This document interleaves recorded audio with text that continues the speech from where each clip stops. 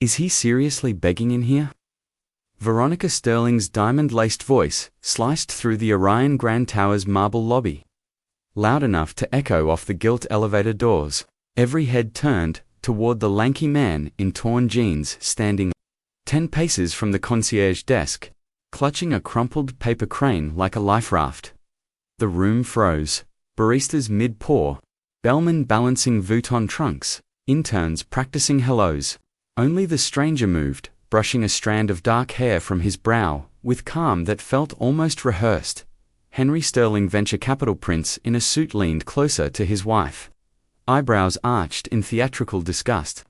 Homeless cosplay, he declared, waving a manicured hand as if shooing a fly. Laughter bubbled from nearby guests. A barista actually applauded. The man said nothing. He stepped forward, boots scuffing marble, and eased his weathered backpack to the floor.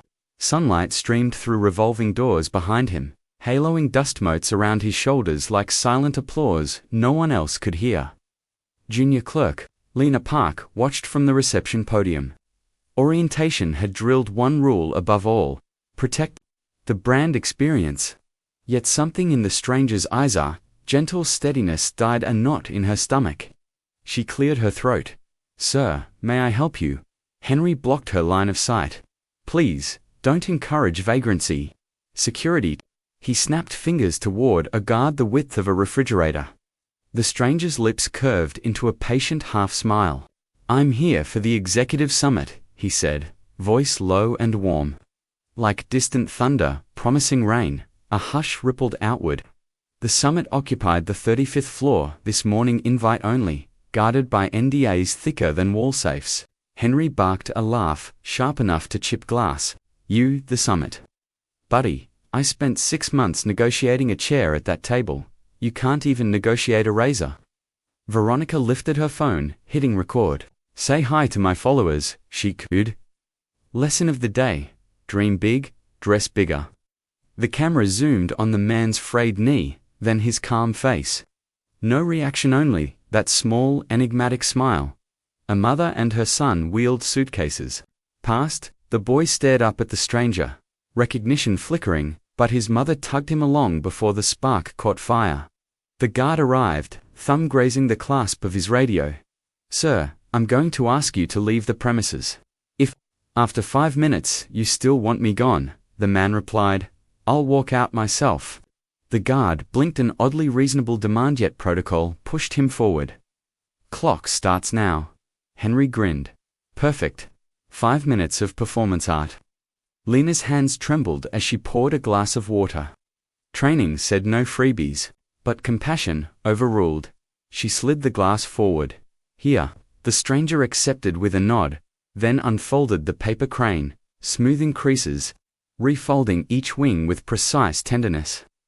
When he finished, the bird looked lighter, ready to fly. He set it atop the concierge desk. "Sometimes small things travel far," he told Lena.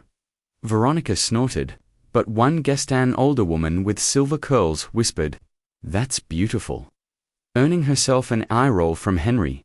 The lobby clock ticked 8:02 a.m. Seconds bled into the hush. The stranger drank, eyes drifting across chandeliers, Art Deco pillars, the distant elevator bank. He seemed to memorize everything, as if the scene mattered deeply. From the mezzanine, a suited aide wearing a discreet headset appeared, scanning the lobby with urgency. She descended the stairs, heels clicking staccato. Her gaze landed on the man by the desk. Relief bloomed across her face. "There you are, Mr. Reeves," she called, voice carrying like a bell. "We were worried you'd taken a different entrance."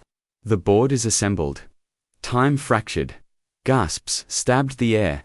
Phones rose, but this time to capture not ridicule. Veronica's livestream pivoted back to her horrified expression. Henry's confident stance crumbled. Keanu Reeves lifted his backpack with calm grace and turned to Lena. "Thank you for the water," he murmured. Color flooded Lena's cheeks.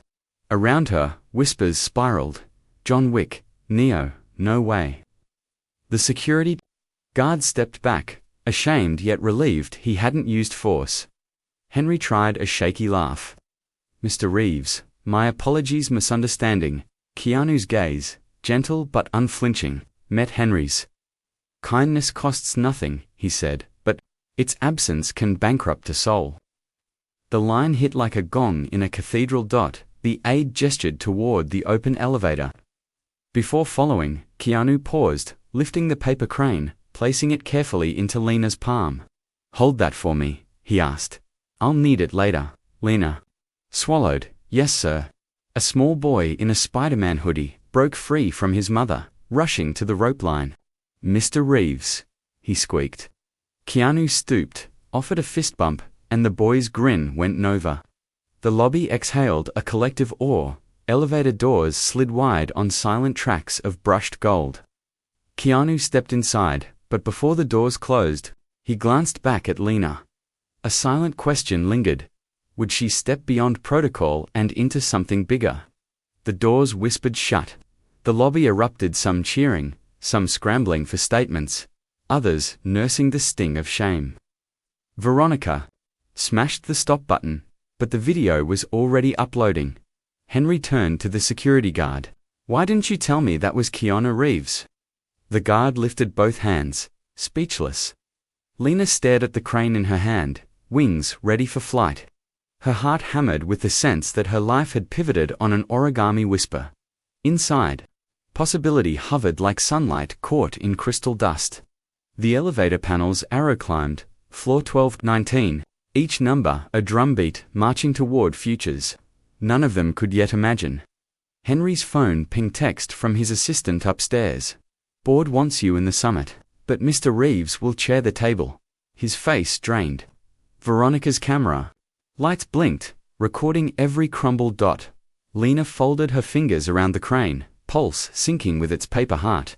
Something tremendous had entered her world, disguised as a stranger. And nothing, not rules, not ridicule, could force it back.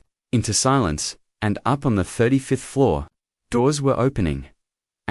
Lena Park's pulse still thundered when the golden elevator doors slid shut behind Keanu Reeves. The lobby burst into chatter, but every voice felt miles away from the paper crane warming her palm. She had no time to wonder. What would happen next? Henry Sterling snapped his fingers at the security guard. Get the general manager down here now. Someone's losing a job for this circus. His cheeks still burned from public humiliation. Veronica stopped her live stream and hissed. Delete anything that shows my face. I can't be seen mocking a movie saint. Miguel, the guard who had given Keanu the 5-minute grace, shifted. Uneasily, sir, the guest did nothing wrong. Henry's glare cut like ice. You did. You let a man in rags stroll past protocol. Elevator doors opened again, revealing Mr. Caldwell, the tower's gray-suited manager. He surveyed overturned coffee cups and clusters of whispering guests. What on earth happened? Henry pointed at Lena. Your trainee served unauthorized water to a trespasser and almost blew investor confidentiality. Lena's voice trembled. He asked politely. I just save it, Caldwell said. Report to HR. Effective immediately, you're on unpaid suspension pending review. Gasps rippled. Miguel started. Sir, that seems harsh. You can file a statement later. Officer Caldwell pivoted. Escort her. Lena's throat closed, but she straightened. She tucked the crane into her blazer pocket, nodded, and walked toward the staff corridor. Each step felt heavier than the last. A hallway of mirrors reflected her doubt back at her, multiplying the fear until it felt like a crowd booing inside her chest. Up on the 35th floor. Samira, the headset aide, hustled Keanu through glass doors etched with Orion's star logo. Board members in tailored suits paused mid-conversation, eyes widening at his worn clothes. Richard Grant, Orion's silver-haired CEO, rose. Mr. Reeves, we are honored, but perhaps you'd like a fresh jacket. Keanu smiled. I'm fine, thank you. He took a seat without grandeur, backpack at his feet. Henry and Veronica stepped off a private elevator moments later. Henry plastered on a businesslike grin, but anger simmered beneath. Apologies for the delay, he announced, sliding into a leather chair opposite Keanu. Security issue downstairs. Veronica perched beside him, flashing a brittle smile. Handled now. Richard glanced around. Shall we begin? Henry cleared his throat. Before that, we should address today's breach. A clerk violated hospitality standards, jeopardizing our partner's privacy. Keanu's calm gaze met Henry's. She offered kindness, nothing more. Veronica raised a tablet. This kindness is already viral. She tapped play. Footage of Veronica mocking the drifter, followed by the reveal. Headlines scrolled. Kindness crane, corporate shame. Murmurs circled the table. Stock analysts on remote screens exchanged uneasy looks. Henry leaned in. Image. Risk. Richard. Investors hate scandals. We must dismiss the employee and release a statement distancing Orion from the incident. Samira's phone buzzed. She whispered to the CEO. HR just suspended the clerk. They're escorting her out. Now. Keanu's hand tightened on a pen. He spoke softly, yet every ear tilted toward him. Compassion is not a liability. Fear is. Henry scoffed. Easy to say when you're adored online. We manage balance sheets. Keanu set the pen down. Then, let's balance humanity. Downstairs, Lena stepped into the service elevator beside Miguel. She fought tears. I only wanted to help. Miguel shook his head. I'm sorry, Lena, you did the right thing. The elevator lurched upward instead of down. Miguel frowned. Odd, looks like someone up top called for this car. On 35, Richard tried to regain order. Gentlemen, let's remember why we're here, a soft chime interrupted. The service elevator opened at the far end of the boardroom, revealing Lena and Miguel. A junior HR officer behind them looked confused, holding a clipboard. Richard blinked. Why is staff here? Keanu rose. Because voices punished in private need to be heard in public. He gestured to the empty seats beside him. Please join us. Lena's eyes widened. Sir, I'm suspended. Not anymore, Keanu said. Sit. Henry lurched half out of his chair. This is irregular procedure. Keanu faced the board. His tone remained gentle, but steel-threaded each word. My investment proposal includes a condition that Orion fosters a culture where kindness is never penalized. He looked at Caldwell's image on a video feed. That starts by reversing unfair suspensions. A hush fell. Richard inhaled slowly. Mr. Reeves, your stake is significant. If this is your stipulation, we will review, Henry sputtered. He's manipulating policy with star power. Keanu met him with strength. No, Henry. I'm reminding us we are humans before we are titles. Veronica tapped frantic messages to PR teams. But screens already showed trending tags. Hashtag crane of compassion. Hashtag boycott Sterling. Keanu nodded to Lena. Tell them why you offered water. Lena's voice quivered, but held, because he looked thirsty. Silence. Then a single board member murmured, that seems reasonable. Richard turned to HR. Effective immediately, Miss Park's suspension is lifted.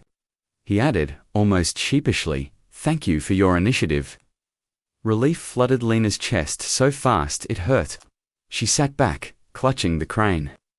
The fragile wings felt stronger than steel now. Keanu sat as well. Now, may we discuss the project that could give thousands access to clean water in underserved cities? The board straightened. The agenda on tablets suddenly felt more urgent. Henry rubbed his temples, defeated yet plotting. Keanu unfolded a folder, revealing blueprints titled Project Clear Spring. The room leaned in, but tension still coiled. Henry's phone buzzed. A confidential text. We have leverage on Clear Spring patents. He smiled. A predator regrouping dot across the table. Keanu glanced up, sensing the shift. His eyes narrowed, not in anger, but in quiet resolve that promised storms for anyone who chose greed over grace. Down in PR. Veronica's deleted video had already been archived and rebroadcast by watchdog channels. Public judgment loomed overhead. The chapter closed with two silent vows. Henry would reclaim his pride, and Keanu would protect every act of kindness, no matter the cost. The boardroom settled, yet Keanu's gaze stayed on the paper crane beside Lena's notebook. Its thin wings looked fragile against polished oak, but they tugged harder than any financial chart. He traced a fold with one fingertip, and the hum of executives faded into the roar of distant surf. Oahu, 1981. 11-year-old Keanu balanced 2 plastic jugs on his shoulders and walked a mile to the public tap.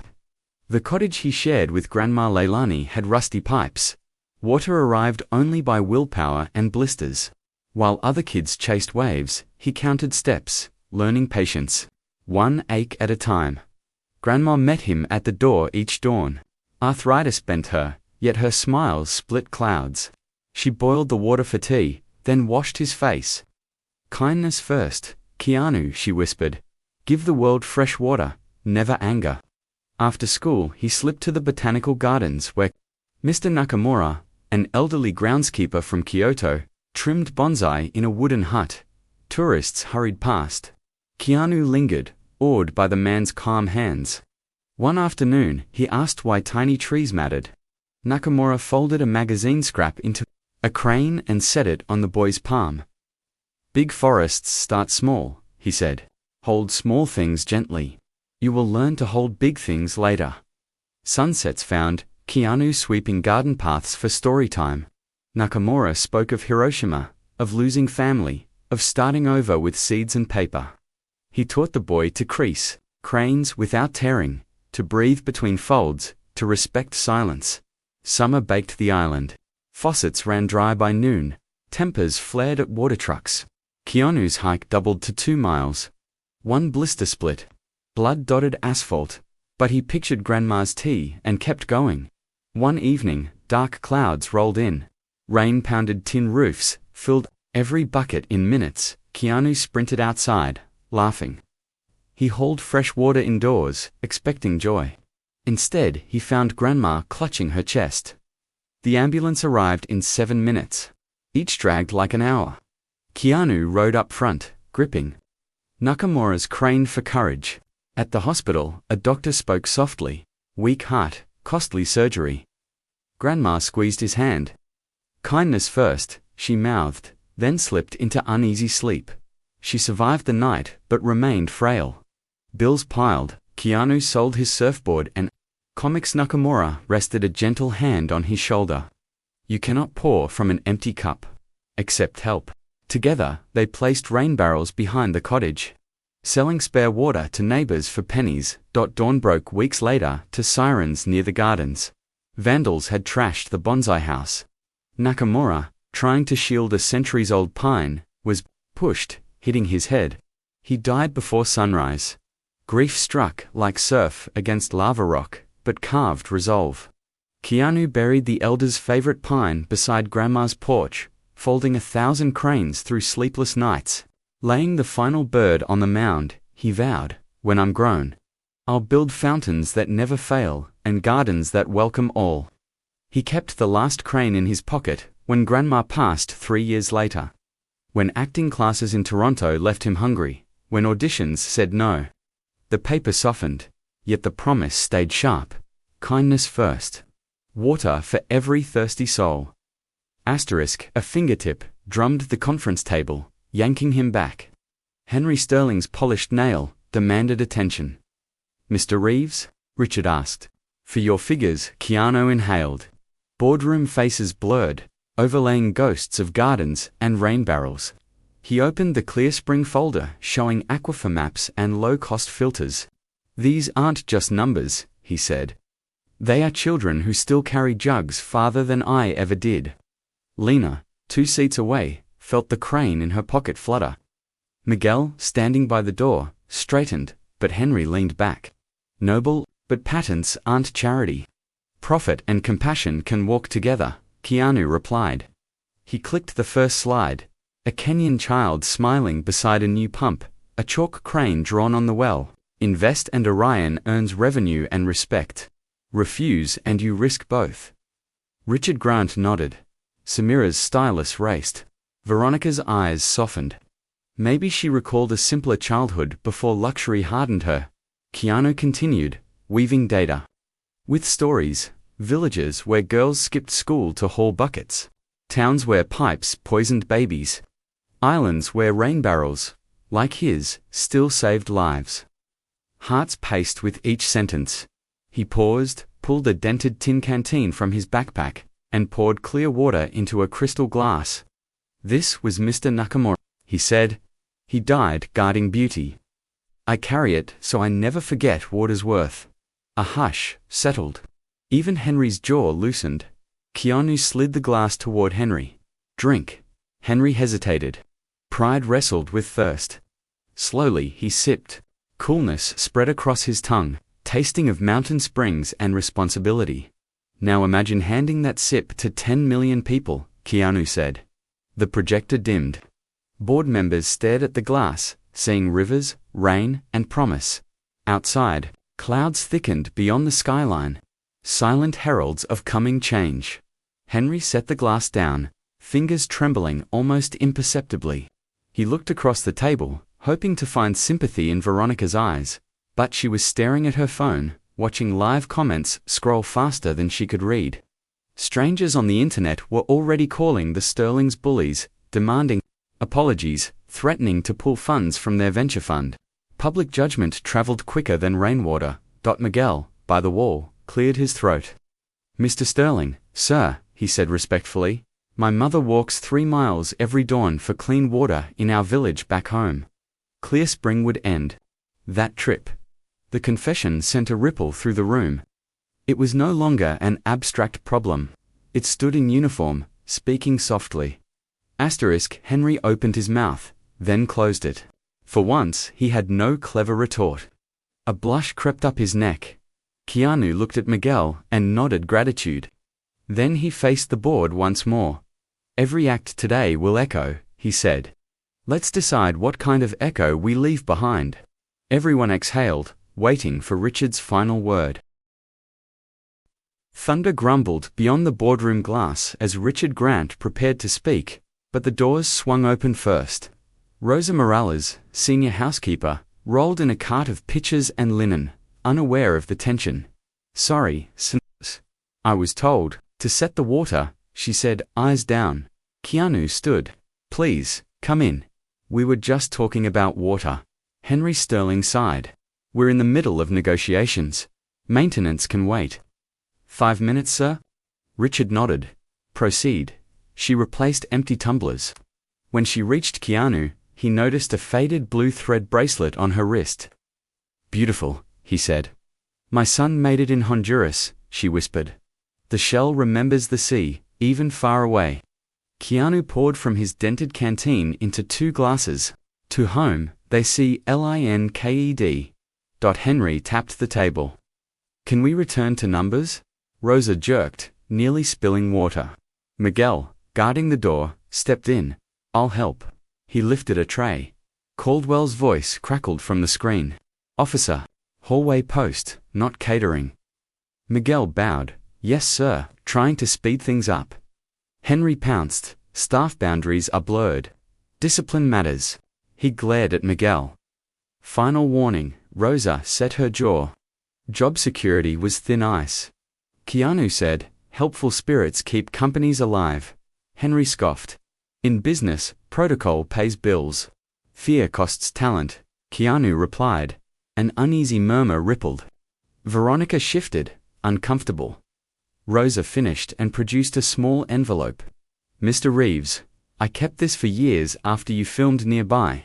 Hands trembling, she gave it to him. Inside lay a yellow paper crane and a note. "Thank you for giving. My papa, a ride home in the rain. One day I'll help people like you do." Tears filled Rosa's eyes. "My boy wrote that. He studies engineering now." Even Henry wavered. Keanu returned the crane. "He's already helping." Caldwell barked. "Ms. Morales, windows over. Vacate the floor." She hurried. A pitcher wobbled. Miguel caught it. Sleeve-drenched Caldwell snarled. "Security. Assisting housekeeping. Officer Ramirez, report downstairs." "You're relieved," Miguel swallowed. "Understood." Keanu rose. "Punishing care proves our need for Clear Spring." Henry smirked. "Order restored." Miguel whispered to Keanu, "Thank you. It's okay." Keanu pulled a small silver canteen from his bag. He poured a lidful, handed it to Miguel. "For courage." Then he slid a tiny key along a leather cord into Miguel's hand, and doors, yet unopened. Rosa murmured in Spanish, "Los Angeles sí existen." Henry rolled his eyes. "Souvenir show." Keanu faced the board. "Compassion must flow, not drip through red tape." "Decide if Orion is pipe or blockage." Richard exhaled. "We'll vote today." All suspensions are paused. Relief softened Miguel and Rosa. Henry's jaw clenched. Rain tapped the windows. Louder now. Keanu gazed at the sky. Water finds a way in. So does kindness. Henry, texting under the table, messaged an unknown contact. "Dig up anything on Clear Spring." Malice gleamed in his eyes. Rosa tucked the crane into her apron. Miguel closed his fingers around the key. The meeting recessed. Tension like static before lightning. As Rosa wheeled her card out, Miguel escorted her despite orders. They shared a look, strangers turned allies. When doors shut, Henry leaned toward Richard. "If Reeves wants to fight policy, remind him who writes contracts." Keanu heard. He wrote 2 words in his notebook. Next ripple. A fresh thunderclap shook the glass, echoing the vow in every watching heart. Rain hammered the skyscraper's glass when the board reconvened. Phones glowed with a headline racing across every feed. "Paper crane actor humiliates billionaire bullies." A looping gif showed Henry's sneer melting into shock. Veronica's cheeks blanched as comments stacked faster than raindrops. Samira cleared her throat. Trending worldwide. #crane of compassion. #sterling sneer. And #water for all over 60 million views in 40 minutes. Richard Grant looked stunned. 60 million. Keanu sat calm at the far end, eyes on the storm. The tiny paper crane rested beside his laptop, like a quiet compass. Henry straightened. Online hysteria burns out. Let's resume control terms for ClearSpring patents. Before numbers, Keanu said, "What is Orion's mission?" Richard recited, "To create technology that enriches lives." Keanu smiled gently. "Enrich whose lives?" "Those outside, in the rain, still thirsty." Silence. He withdrew a slim metal cylinder, poured murky tap water inside. In seconds, the prototype hummed and expelled clear water into a glass. Gasps circled. "One filter costs $17, cleans 6,000 liters," Keanu said. He set the glass before Henry taste. Henry hesitated, then drank. "Cool purity, sharp humility," Keanu continued. "I have invested an additional 12% stake in Orion effective this morning, making me largest shareholder. I will donate every dividend to install ClearSpring systems worldwide.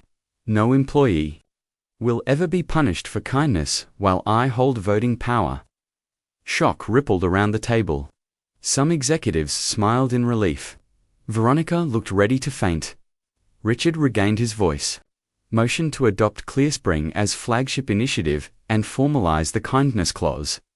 Lights blinked green, one by one. Only Henry's remained red. He felt cameras waiting, investors already emailing. Across the table, Lena's hopeful gaze met his offering forgiveness he didn't deserve. Henry pressed green. Unanimous. A soft cheer rose. Keanu turned toward Lena, Miguel, and Rosa, who had waited outside after serving water moments earlier. "This is your victory." Richard tapped the gavel, but no one rose. They were still absorbing how quickly an ordinary morning had turned into a worldwide lesson. Samira's tablet kept chiming. Helicopters had requested rooftop clearance to film the crowd gathering below. Henry cleared his throat. "Mr. Reeves, you now hold the votes to remove me. Why spare me?" Keanu faced him.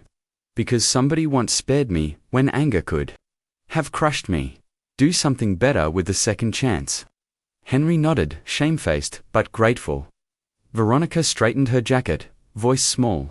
"I broadcast cruelty. I'd like to broadcast repair. My channel's next video will fund village wells."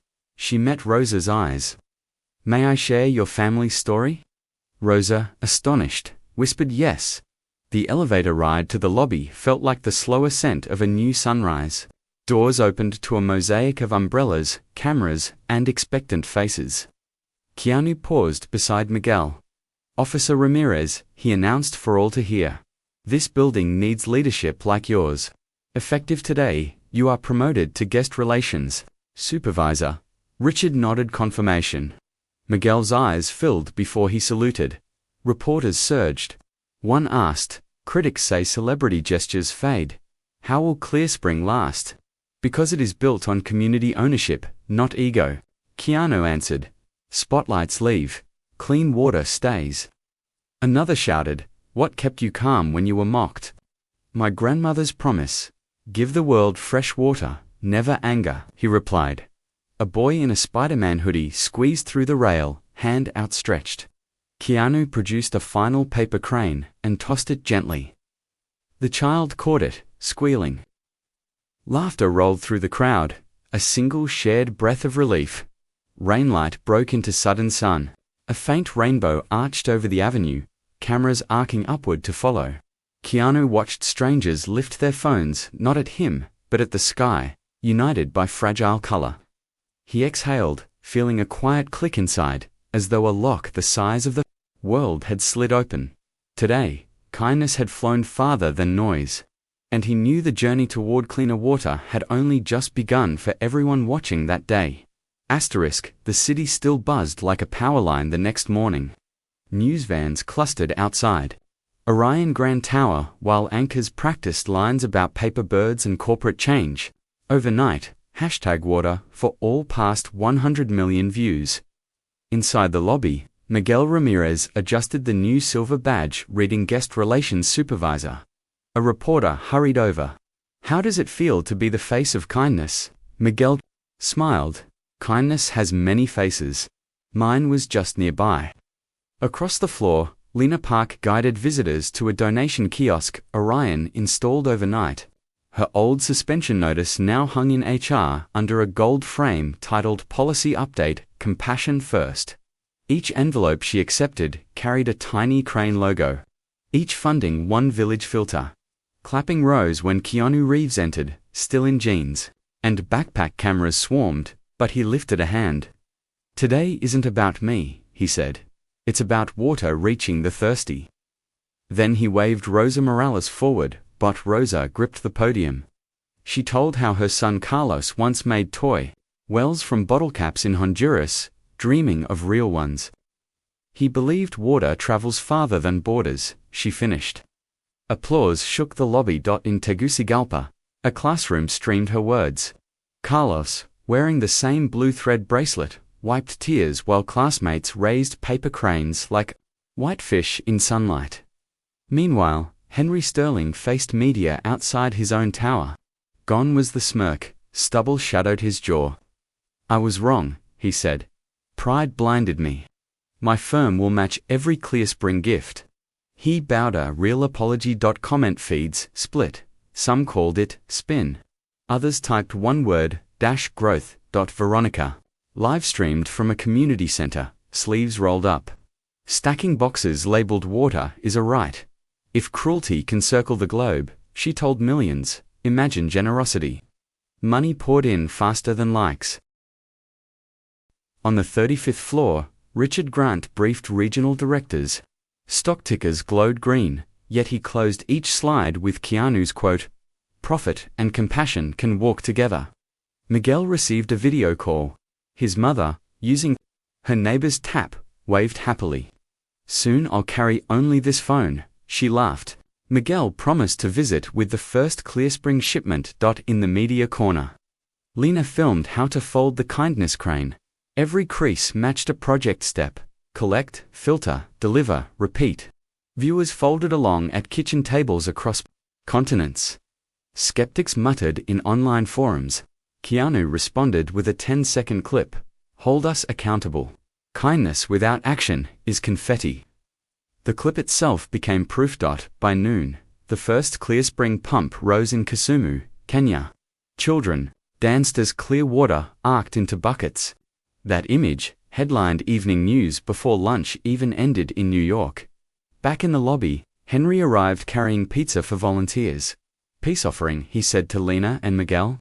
They accepted, serving slices to tired staff and journalists. Social feeds labeled it the pizza apology. Upstairs, Keanu finalized the kindness clause.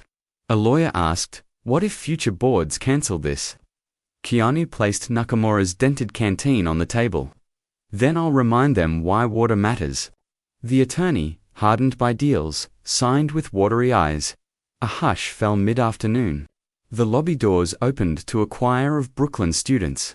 They had folded 10,000 cranes overnight. The tallest girl spoke. "Small things can fly far." Keanu knelt. "They already have," he answered. Photographers captured cranes, swirling. Like Snowdot, Richard declared the cranes would become a living exhibit, each tagged to a map where ClearSpring units land. Data and hope merged. Miguel locked the last donation box. "Long day," he told Lena, first of many, she said. Placing the original crane in a clear case labeled "Small Things, Great Distance." Henry watched, humility softening his face. He approached Keanu. "I start meetings with arrogance," he admitted. "Help me start with listening." Keanu clasped his hand. Lesson 1. Listen before speaking. Flashbulbs popped. A handshake ceiling, a new chapter. Evening painted the skyline blue in honor of water. Keanu slipped onto the roof, away from crowds. Wind tugged at his hair. He held Grandma's last crane against the darkening sky. "We're still carrying water," he whispered. "Just farther now." He released it. Paper wings caught the breeze, drifting toward neighborhoods still awake and rivers still waiting. Below, laughter and cranes filled the tower echoes that would not fade. Throughout the afternoon, news networks stitched a fast-moving tapestry, drone footage of semi-trucks leaving a repurposed factory in New Jersey, now dedicated to filter casings, interviews with Detroit machinists celebrating new jobs. A senator pledging bipartisan tax credits for companies that lead with empathy. At 2 p.m., Orion's ticker crossed its all-time high. Yet Richard instructed the trading desk to earmark 10% of the surge for emergency wells after disasters. Momentum should protect the fragile, he told analysts, earning a rare standing ovation on the call. Not everyone applauded. A shock jock posted a rant calling Keanu's crusade celebrity savior nonsense. It spiked briefly, then crashed when his own listeners donated $5 for every insult. He deleted the clip and posted a selfie folding his first crane, captioned "Learning." Rosa, taking a break, FaceTimed Carlos again. He stood beside a chalk drawing of a pump on their village wall.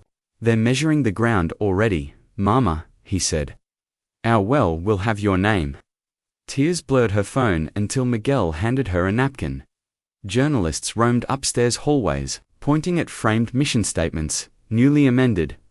"We put people before protocol." A junior intern guided them, repeating Keanu's line about confetti until it felt like company creed. Near dusk, volunteers stacked cranes by color for easier shipping as teaching kits. Lena slipped a note into one. "If this crane reaches you, remember, you matter," she imagined.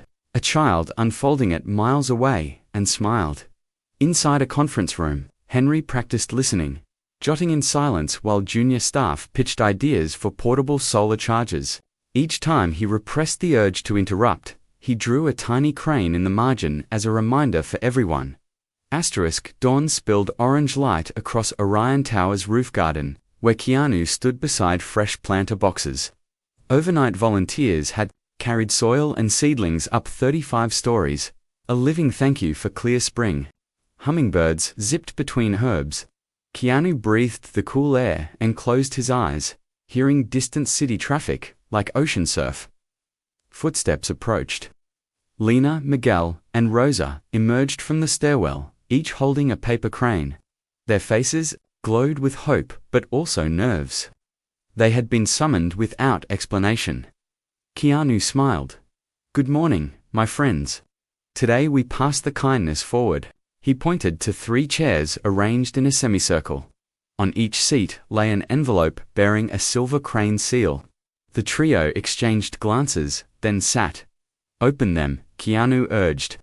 Lena tore hers first.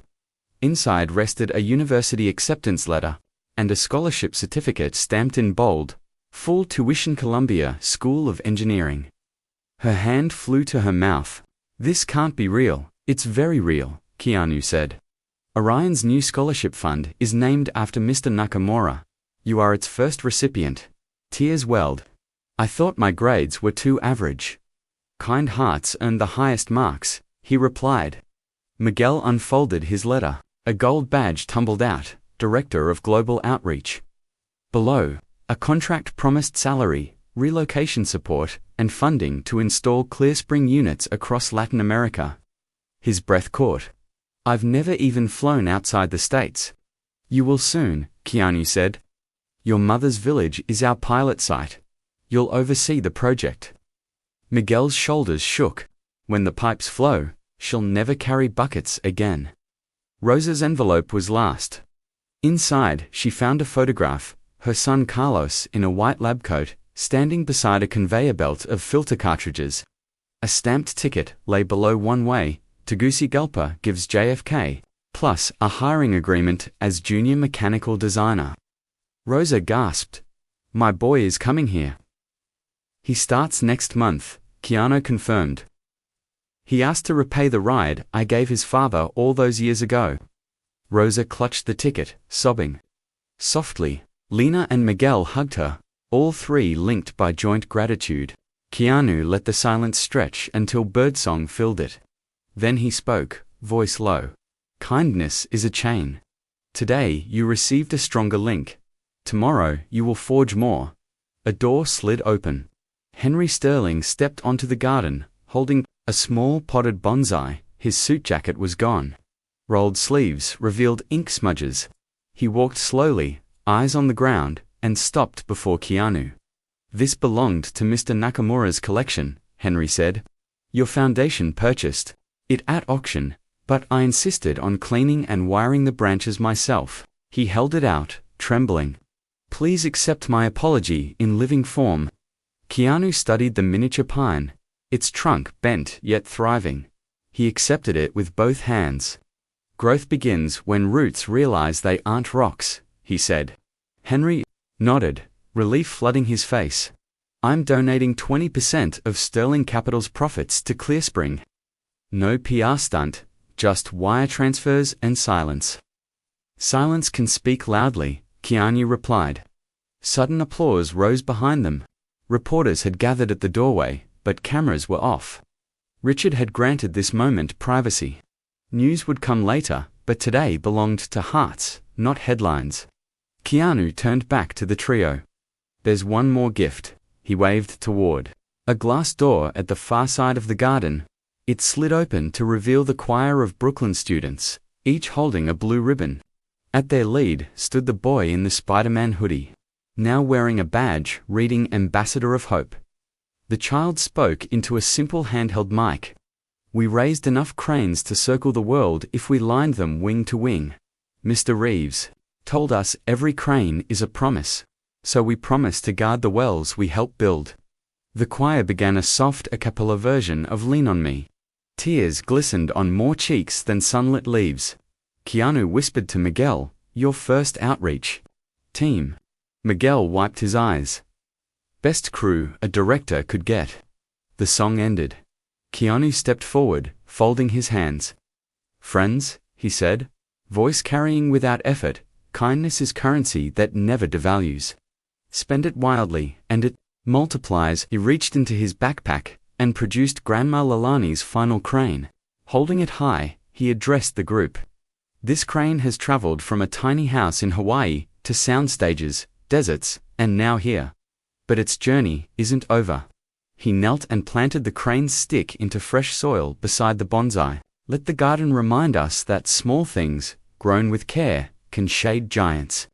The gesture landed like dawn after long night. The choir cheered. Rosa kissed her ticket. Lena reread her scholarship, mouthing every word.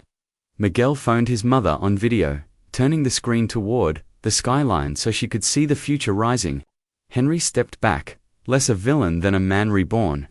Veronica appeared, filming quietly, tears genuine this time. Not for views, but for memory.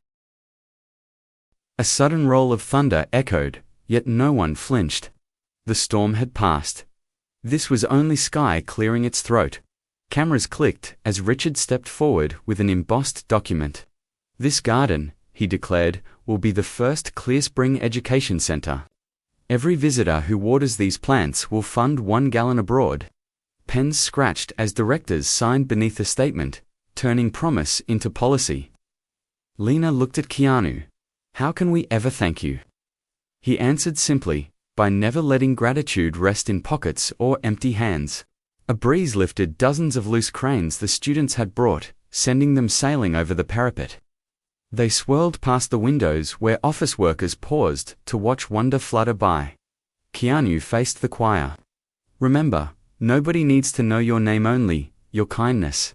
Then he bowed, palms together, simple and sincere. Sunlight broke fully through scattered clouds, painting the roof in gold. For one suspended moment, every soul felt part of a single, gentle tide, rolling toward thirsty horizons. 1 month later, sunrise brushed rose gold across dusty hills above El Ocotillo, Honduras.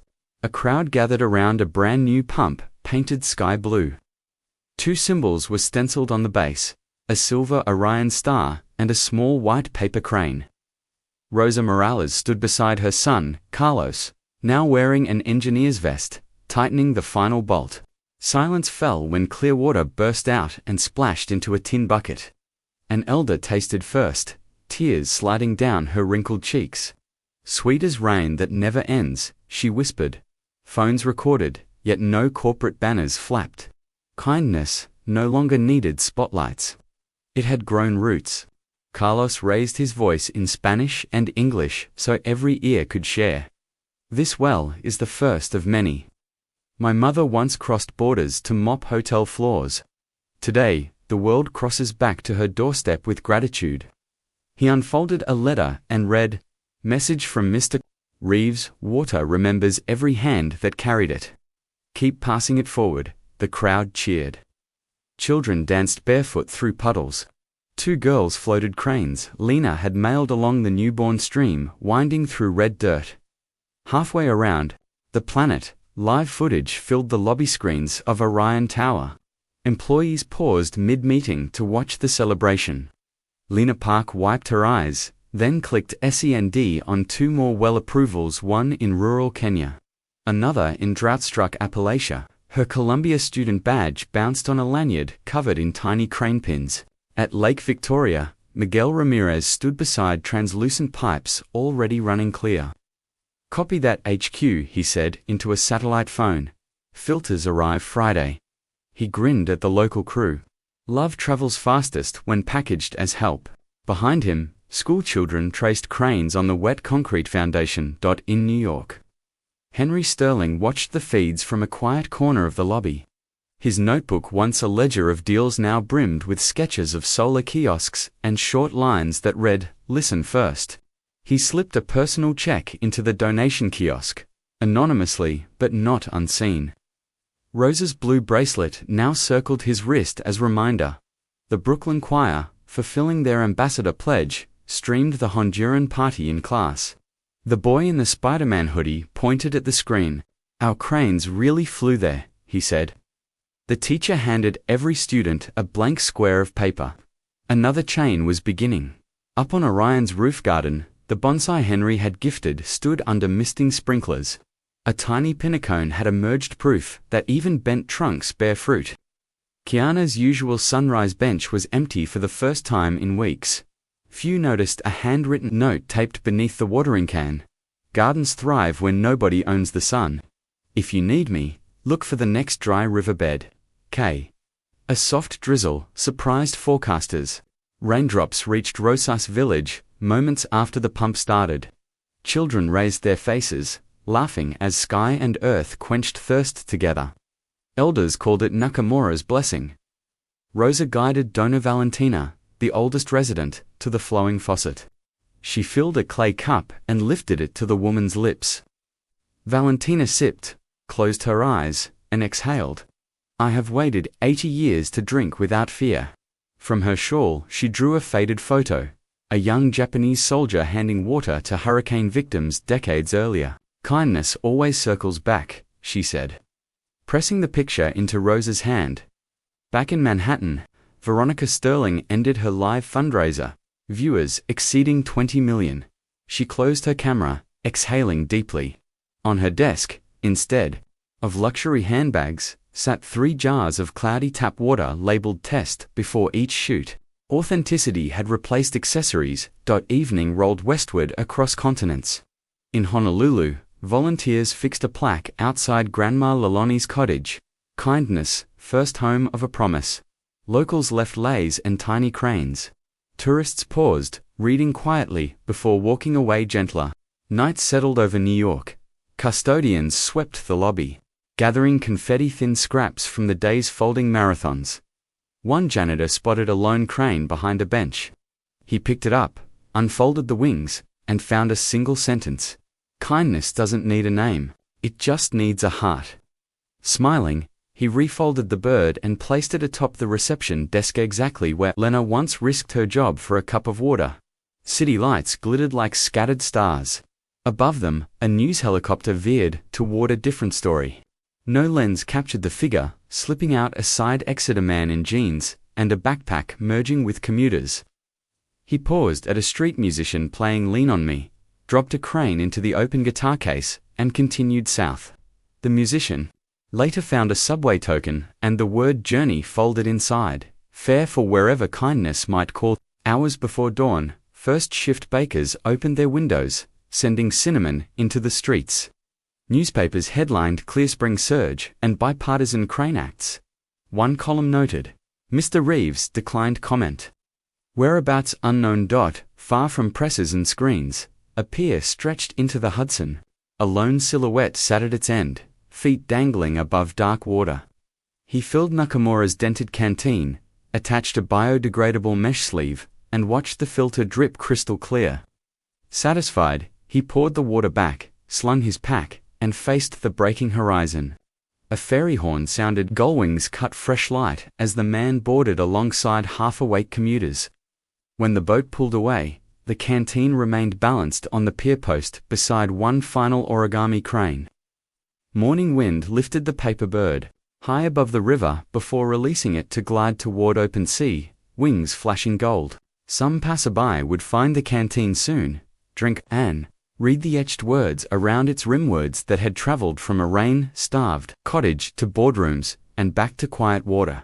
Kindness doesn't need a name, it just needs a heart.